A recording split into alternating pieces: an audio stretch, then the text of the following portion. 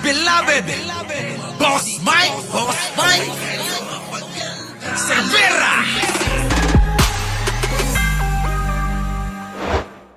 Akala ko dati fake news, yung pala totoo talaga. Pasok! Gulo na yung messaging nila sa defense team, no? Oh, kita nyo mga kababayan ko ha. Si Lorna Kapunan, Attorney Lorna Kapunan, isang batikang abogado. Ha? Ito ho ay hindi ho basta-basta. Oo. Kung itatapat nyo lang kay Sara na abogado rin, hindi mananalo.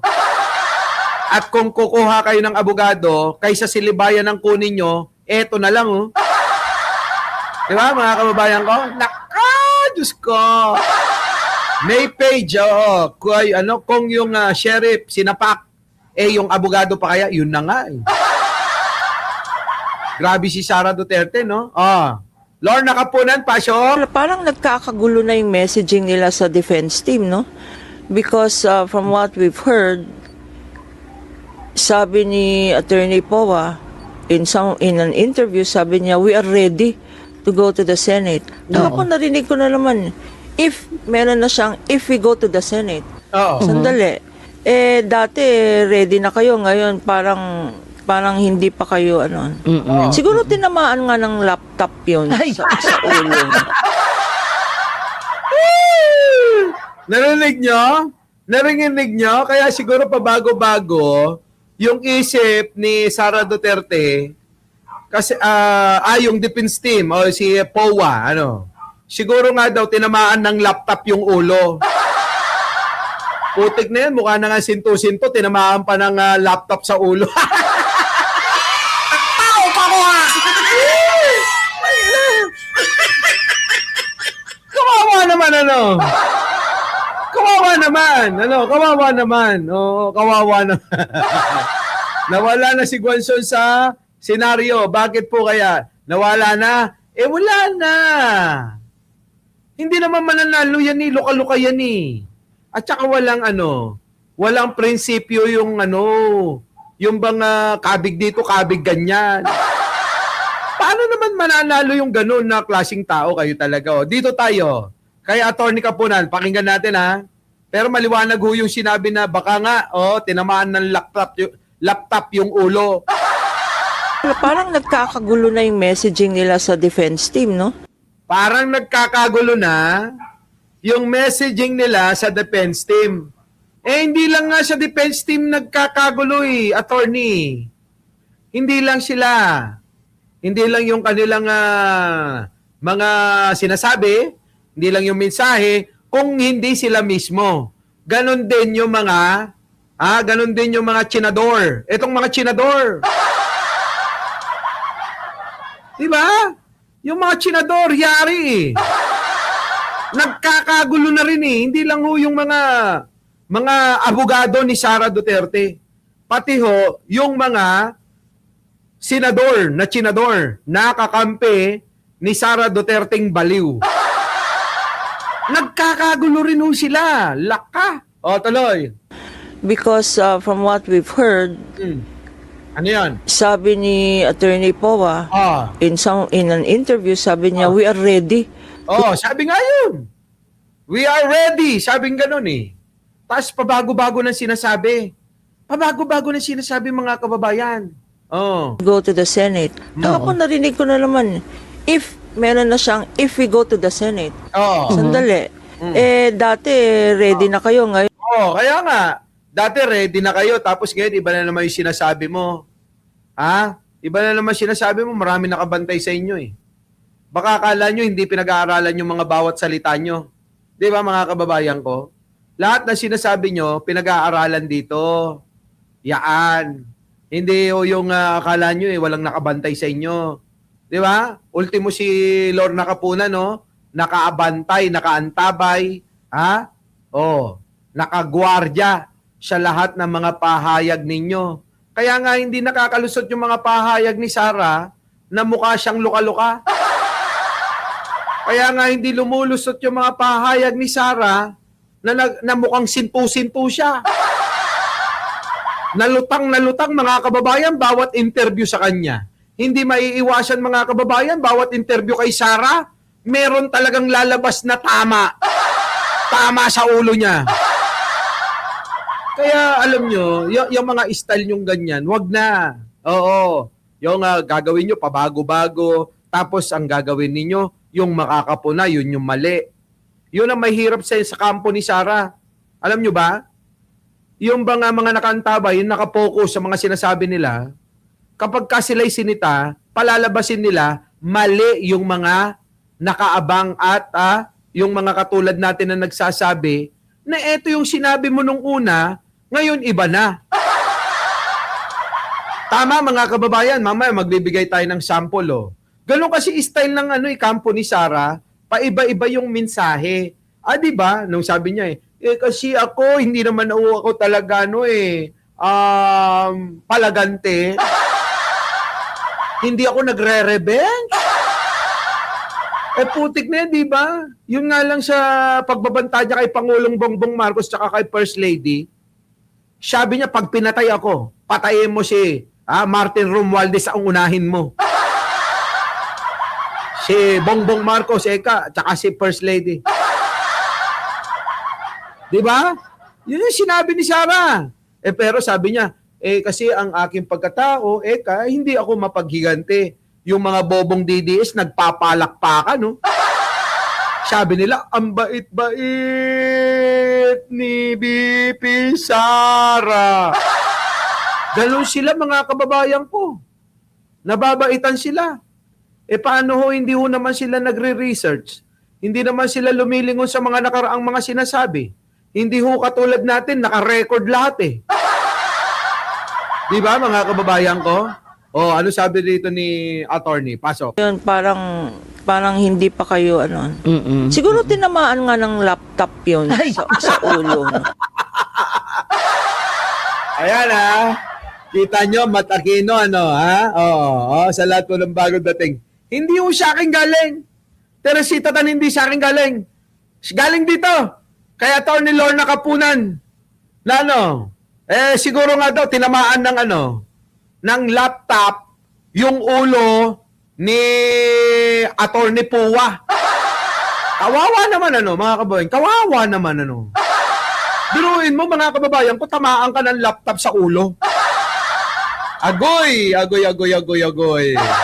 At sabi ko nga mga kababayan, hindi lang yung mga defense team ang nagkakagulo. Maging yung mga senador na mga tsinador, mga kakampi nila, mga kababayan ng mga Duterte. Nagkakagulo rin. Iba rin ang pahayag. Pasok. Hindi dahil kulang kami, so we'll reset the meeting. Sir, ano po yung take niyo dun sa possible na convening ng impeachment court a day after ma-receive yung articles? We'll follow all the rules and the... Tingnan nyo yung senador natin, parang pang-kistang bakla, Tingnan nyo, mga kababayan, huwag nyo munang intindihin yung sinasabi. Tingnan nyo muna yung gupit nito. Tingnan nyo, mga kababayan, yung gupit, Nasaan na ba yun? Ayun, parang pang-kistang bakla, Dali. Dito. Nasaan ba yung ulo mong Ayun, tingnan nyo yung ulo, mga kababayan.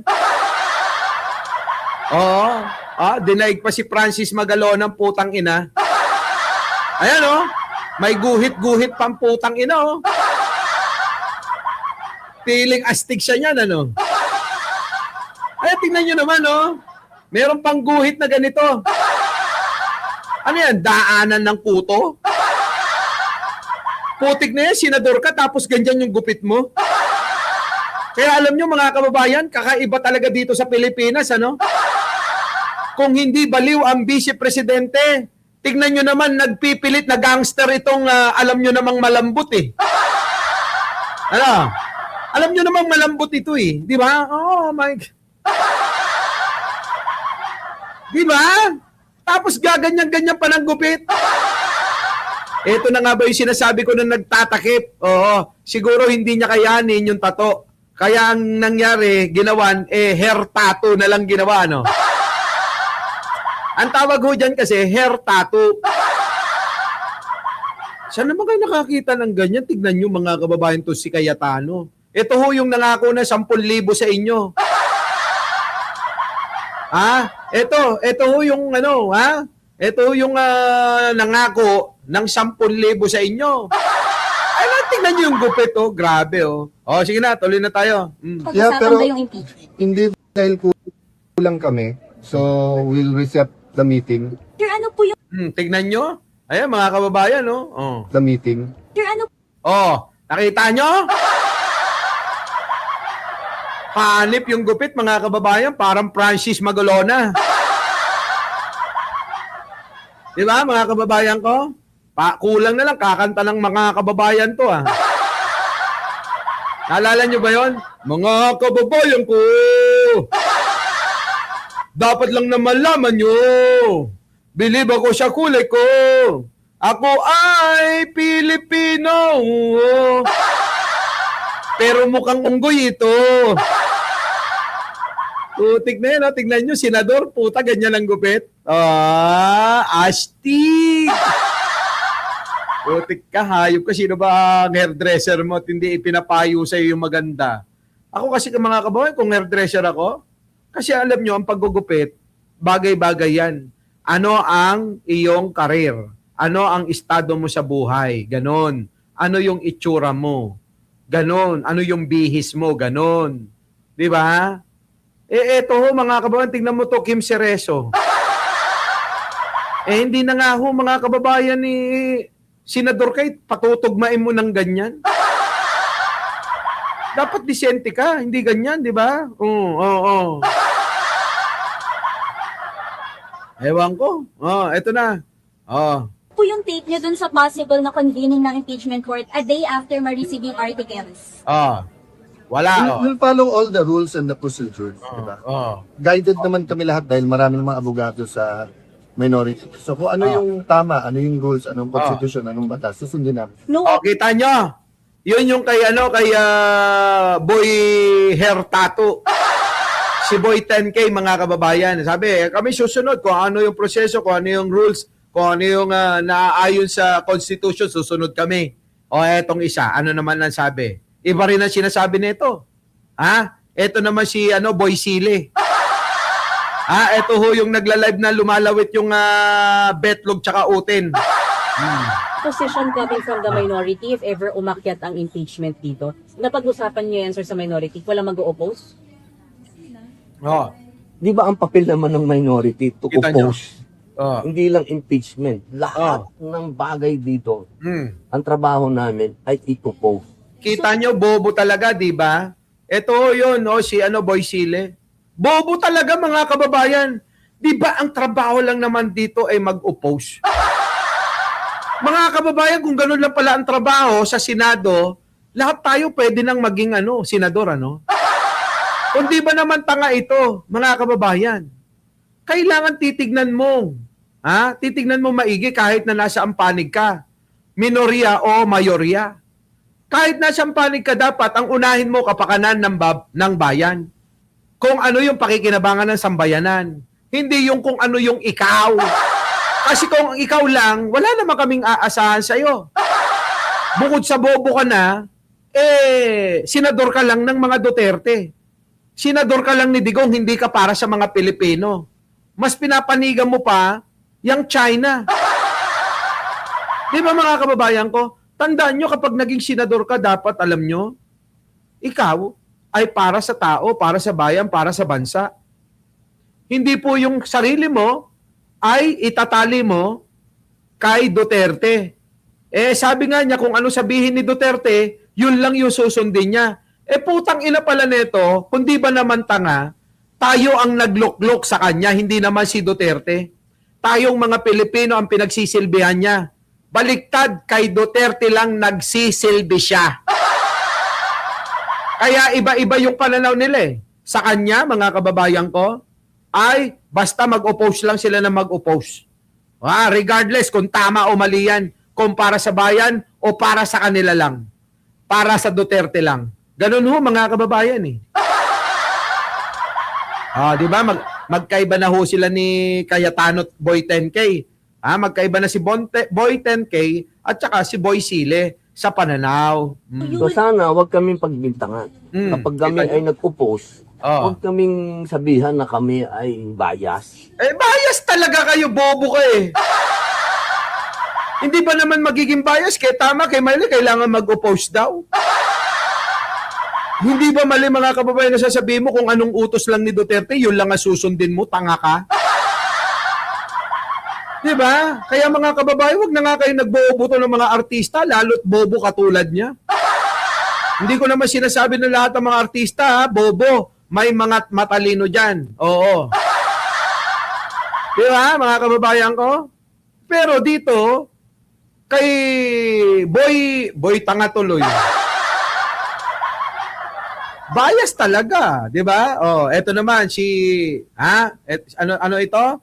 Si ano to? Botomesa, ang tawag nila rito. Ang tawag nila Botomesa. Ano naman kay Botomesa? Ang kanyang masasabi, pasok. May possibility na harangin daw ng taga-minority yung pag-convene ng impeachment court. May ganun bang napag-usapan? Wala. If umakyat yung articles of impeachment, Napag-uusapan kasi yung mga kababayan na harangin daw po ng lahat ng ng mga chinador, na itong mga minority. Minority senators, ito hong impeachment trial ni Buday na tanga. Tutulungan daw po nila itong mga senador daw na mga senador. Katulad nga yan ni Boy Tenke, Boy Sili, Botomesa. Sino pa ba mga kababayan? Mahaba-baba. Si Tandang Piluka. Yan, yung mga kababayan na nabanggit ko, mga kababayan ko, haharangin daw nila. Yung impeachment ni Sara. Ngayon, tinatanggi naman neto si Botomesa. walang problema sa inyo if mag-convene ang impeachment Of court. course. Oh. We have to follow the Constitution. We have to follow the law. Kita nyo, no? Pareha sila ni Boy 10K. Oo. Kaya lang si Boy Sili, iba yung sa kanya. Talagang tutang-tuta ang dating niya, no? Yung mga katwiran nito, of course, we follow the rules, di ba? We follow the Constitution. Kay Boy Sili, talagang normal lang talagang kami mag-o-oppose dyan, alam nyo naman ang trabaho ng opposition, ng minorya. Mag-oppose lang na mag-oppose. Sabi ni Boy Sili, Di ba? Iba-iba ho sila ng pananaw at opinion, no? Putik. Yung appeal din po kay SP, sabi po ni SP, kapag daw makit yung articles, the following day, magpo-convene yung impeachment court. Yan. Possible, but of course, padadalang panahon sa almost on both parties, the defense and the prosecution. Bago yung trial niya, of course. How do you feel, sir, about this? Ang daming dapat Ako, na ayoko na sana, magulo na masyadong bansa natin, masyado tayo maraming problema. Ako sana, kung ako, I have said it time and again, na ayoko na impeachment. But, since mo Kung umakyat siya, akit siya, wala tayong magagawa. Tangina, eto na, mga kababayan, may naaamoy ako rito. Mga kababayan, may naaamoy ba kayo? May naaamoy ba kayo? Hindi amoy Clorox. Wait. May naaamoy ako sa salitang yan. Mga kababayan, wait lang, may naaamoy ako. Hindi ko pa kasi napapanood yung mga video na to. Pero mga kababayan, iba ito. Narinig niyo ba? Narinig niyo yung sinabi niya? Naku!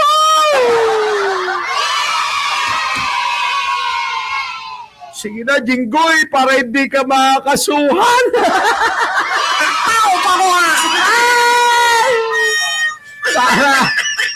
Sara, yari ka rito. Wag mong asahan si Jinggoy, maniwala ka.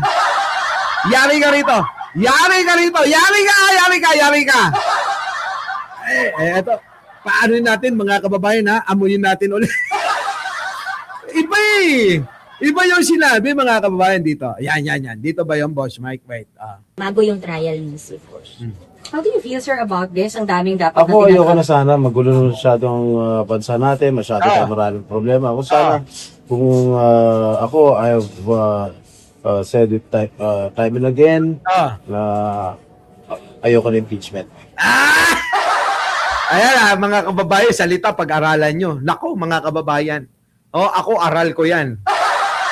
Sabi niya mga kababayan ko, sana magulo na kasi ang ating bansa. Marami ng problema, at magulo na nga, ganyan pa. Ako, medyo na ano siya, nahihinto-hinto ng salita na ako talaga, noon pa, ayaw ko talaga ng impeachment. Sabi noon pa, ayaw ko ng impeachment. Sige, tuloy. Eto na ngayon. Sabi niya ayaw niya daw ng impeachment. Pero, Since Kung aakyat siya, wala tayong magagawa. patay! Narinig nyo? Narinig nyo? Kung aakyat siya, wala tayong magagawa! Mga kababayan ko, Sara, yung sinabi niya na na ayaw niya talaga ng impeachment, pampalubag sa loob mo. Pero ang problema nga, kapag ka umakyat, wala daw tayong magagawa. Ay! Tao pa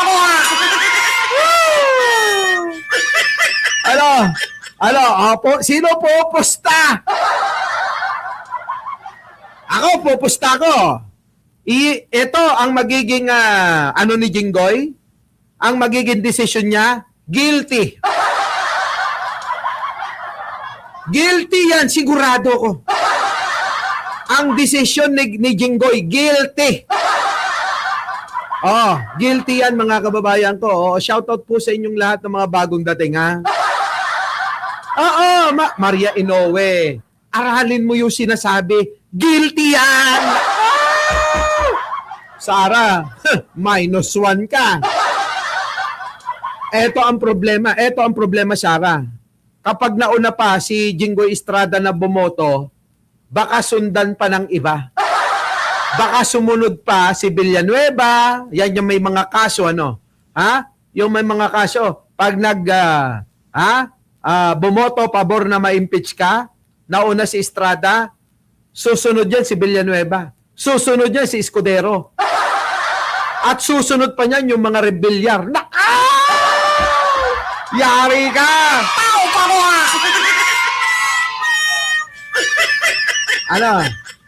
tingin nyo, mukhang ang matigas lang mo dyan, alam nyo? Ang matigas dyan, si Aimee, matigas yan, sigurado ko matigas yan.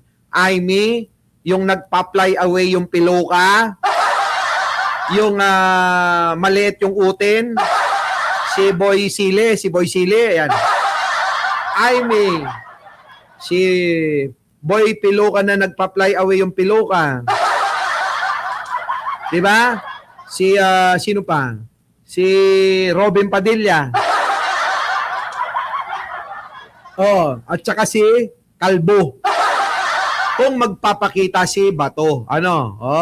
Bato. Si Bato, mukhang hindi makakapagpakita yon. Takot na takot yun nanginginig ang itlog nun. Nako, nagdedelikado si si Sara Duterte, What can the people expect from you, sir? Neutrality and fairness, Of sir. course, definitely. I will base my decision on the pieces of evidence presented. Patay ka, Sara! Patay ka! Kita mo? Of course, magbabase ako, sa mga ebidensya. Sara, kung pag-aaralan nating maigi, mga kababayan ko, kung pag-aaralan natin maigi, ang bumoto 55-0, pabor na talagang malakas ang ebidensya. Kung ano yung mga ebidensya na ilalatag ng galing sa hearing ni Luistro, 55-0 yon. Alangan naman na babalik ta rin ni Jinggoy yon. Yari ka, Sara. Yari ka rito, sigurado. Mukhang marami ho talagang mga babaliktad na mga senador.